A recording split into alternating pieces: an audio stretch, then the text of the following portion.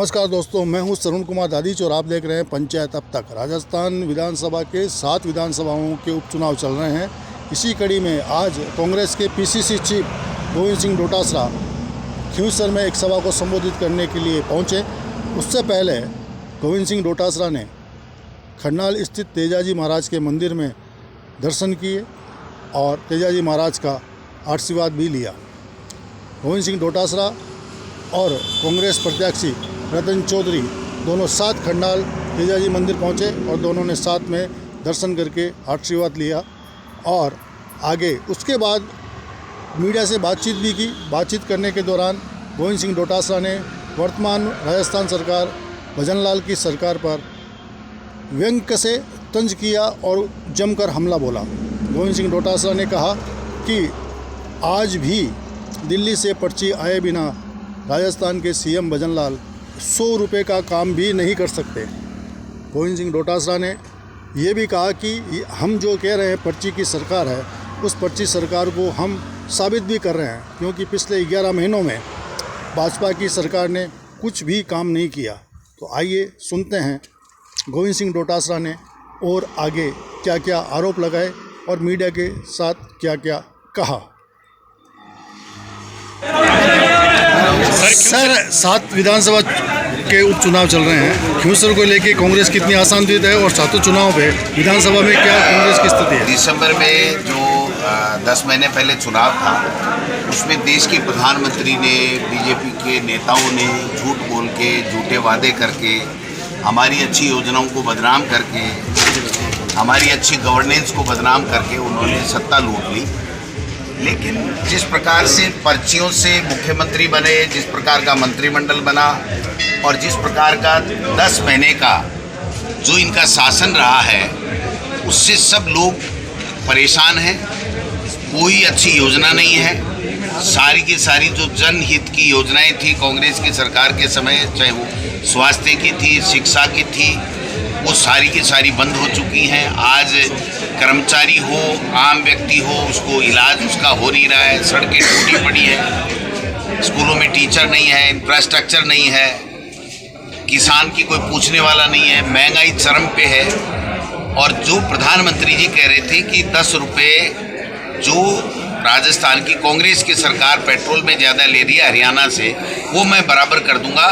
सरकार बनते ही वो आज तक भी वो 10, 11, 12 रुपये ज़्यादा ही है। सब्जी के जो भाव है, बाजरे की जो MSP पे खरीद की, ये वादे करके आए थे, संकल्प पत्र में इन्होंने लिखा था और मुख्यमंत्री जी ने सदन में फिर दोहराया था कि हाँ, हमने जो वादा किया वो पूरा करेंगे। आज कहाँ है बाजरे की खरीद? DAP नहीं मिल रही है, खाद नहीं मिल रही है, बीज नहीं मिल रहा है, एक बीज नहीं। किसान परेशान है। 12,000 रुपये किसान सम्मान निधि की बात कर रहे थे, वो किसान सम्मान निधि नहीं है। किसी तरीके का कोई काम नहीं है, केवल जुमलेबाजी है, झूठ है।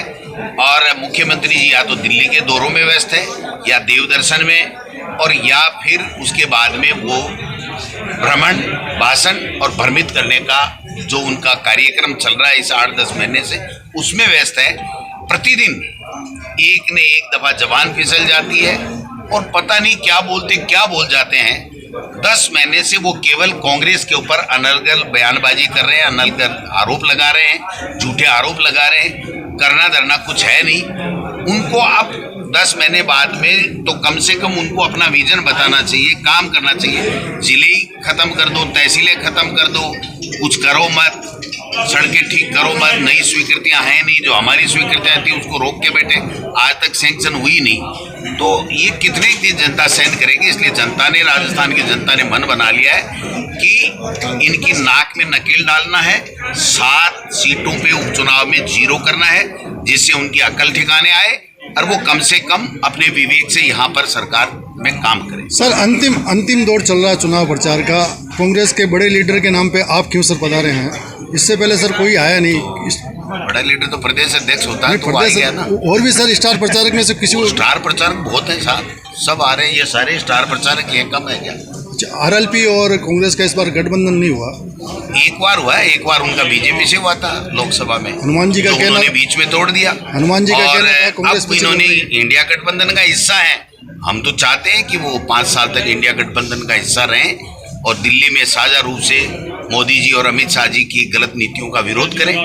ये जो चुनाव है इसमें कोई गठबंधन न उन्होंने किया न हमने किया। हम चुनाव अपना लड़ रहे हैं, वो अपना चुनाव लड़ रहे हैं। राज्य सरकार रात दिन क्यों सर पे घूम रही, तो आप इसे किस तरह की चुनौती मान रहे हैं? उनके मुख्यमंत्री पास है दूसरी क्या बार आ रहे हैं यहाँ पे। करने को है क्या? मुख्यमंत्री को पूछो 100 रुपए का काम दे सकते हैं क्या? बिना दिल्ली की पर्ची क्या है? एक योजना की घोषणा कर सकते हैं क्या? 10 महीने में उन्होंने एक काम किया, वो बता दे फिर वोट मांगे। वो तो कांग्रेस को गालियां दे रहे हैं, करना धरना कुछ है नहीं। तो गालियां देने से आम गरीब का पेट नहीं भरता। आज कर्मचारियों को RGHS में पैसा नहीं मिल रहा है, इलाज नहीं हो रहा है। मुख्यमंत्री चिरंजीवी योजना बंद पड़ी है।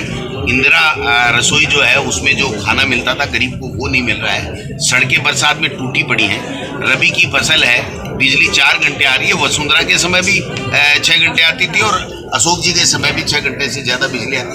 किसान को दे क्या रहे हैं ये जुमलेबाजी, भाषणबाजी और ठोक ठोक के जसवंत को यशवंत और यशवंत को जसवंत बताने से कोई प्रदेश का भला हो रहा है? कल पूर्व प्रदेश अध्यक्ष जी आए थे यहाँ पे, उन्होंने हमारे देश की तुलना बांग्लादेश से कर रहे हैं कि ये देश है वो बांग्लादेश बनने जा रहा है। तो आपको लगता है कि ऐसी स्थिति हमारे देश में है? देखिए, वो जो भी बोलते हैं झूठ बोलते हैं।